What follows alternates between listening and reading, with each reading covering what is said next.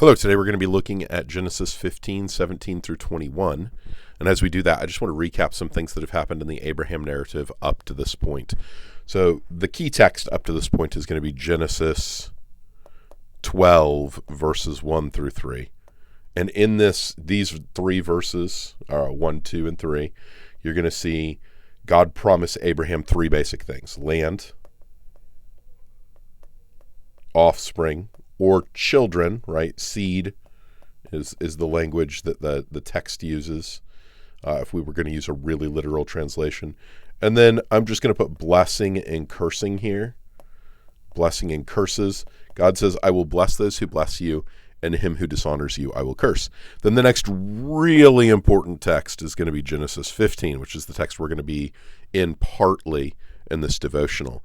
Now, some things happen in Genesis 13 and 14 that illustrate God's promise. God promises Abraham land, or Abram at the time, land.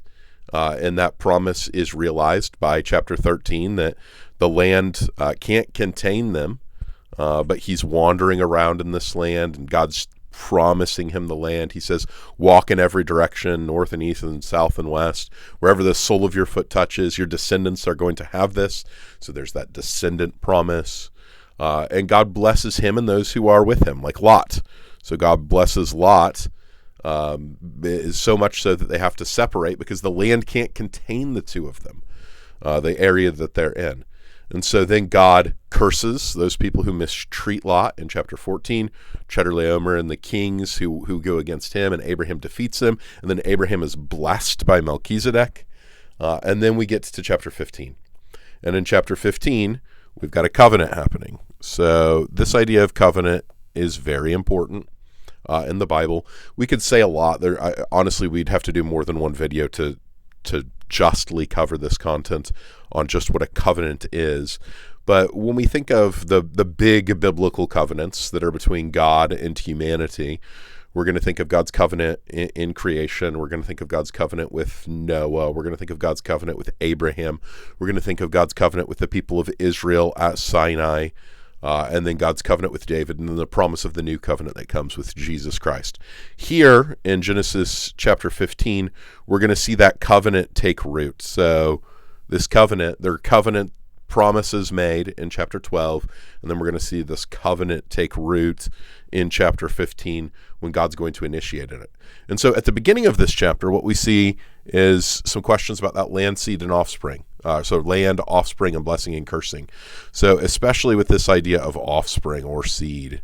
So at the very beginning of this chapter, Abraham doesn't have an offspring that is going to inherit all that is to him, all that he has. And so he's going to make Eliezer of Damascus his heir. He doesn't have one. And between chapters 12 and 15, years have passed. It's not like this is, like how long it took you to read chapters 12, 13, 14, and 15. Years have passed. God has promised him that he will have offspring. He's told them in chapter 13 that they're going to be like the dust of the earth. And here God speaks he appears to Abraham, and he says, look at the stars in the sky. Eliezer of Damascus is not going to be your heir. Look at the stars of the sky. If you can number them, so will your descendants be.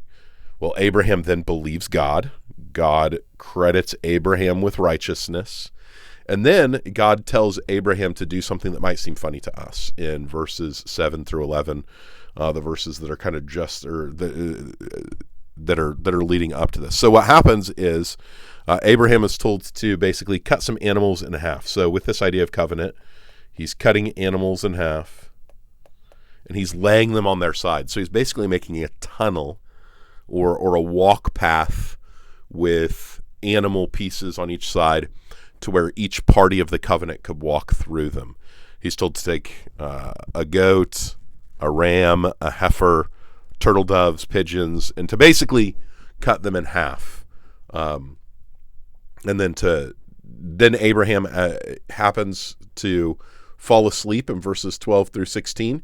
And while he's asleep, it says this. This is where we get to in verse 17. When the sun had gone down, so Abraham's asleep next to a tree. In verse 12, it says, as the sun was going down. So we see verse 12 is going to connect to this verse 17 here. So verse 12 says, as the sun was going down, a deep sleep fell on Abraham, and behold, dreadful and great darkness fell upon him. And the Lord said to Abraham, know for certain that your offspring will be sojourners in a land that is not theirs.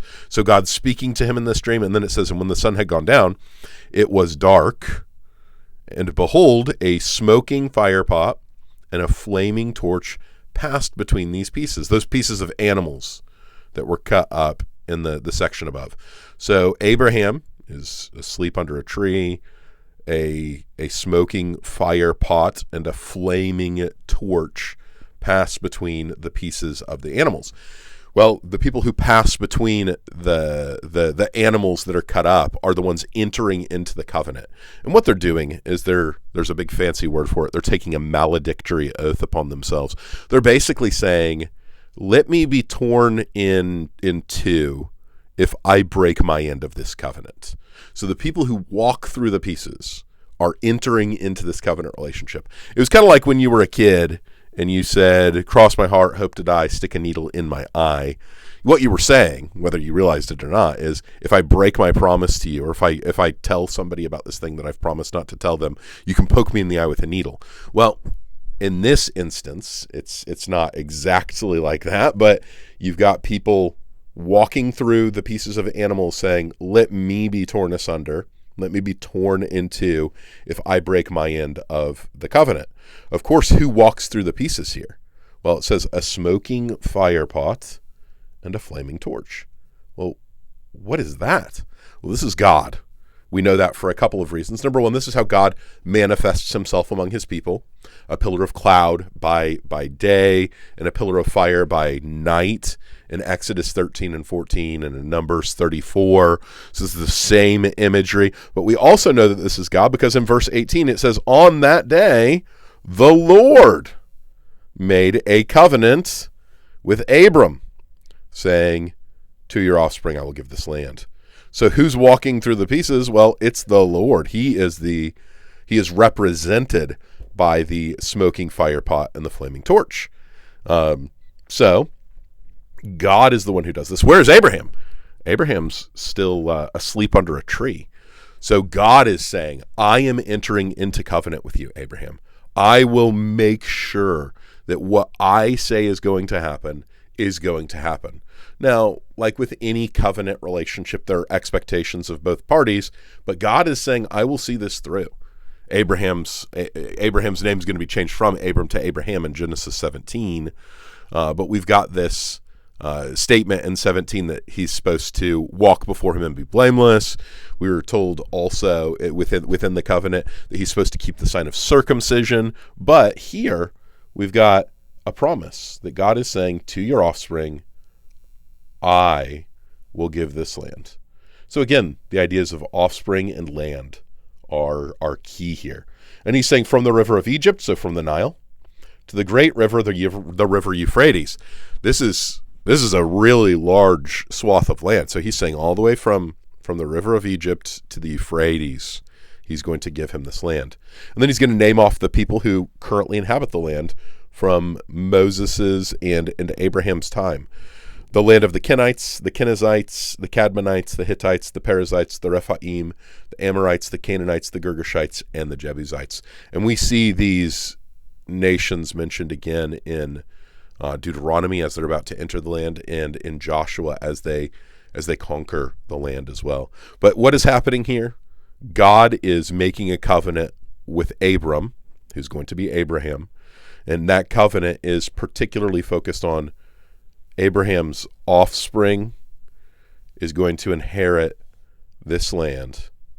And so God is making promises, and he's keeping those promises, and he's covenanting those promises, saying, I will surely see this through. And of course, we know that the offspring is ultimately Jesus. In Galatians 3, Paul is very clear that this word in the singular is referring to Jesus, and then because of who Jesus is, all people who believe in Jesus are God's offspring as a collective. And this land that God is promising. We see in Hebrews chapter 11 that it wasn't just a physical parcel of land that Abraham is looking forward to, but he's looking for a city whose foundation is built by God, understanding that he is a sojourner and stranger in this world.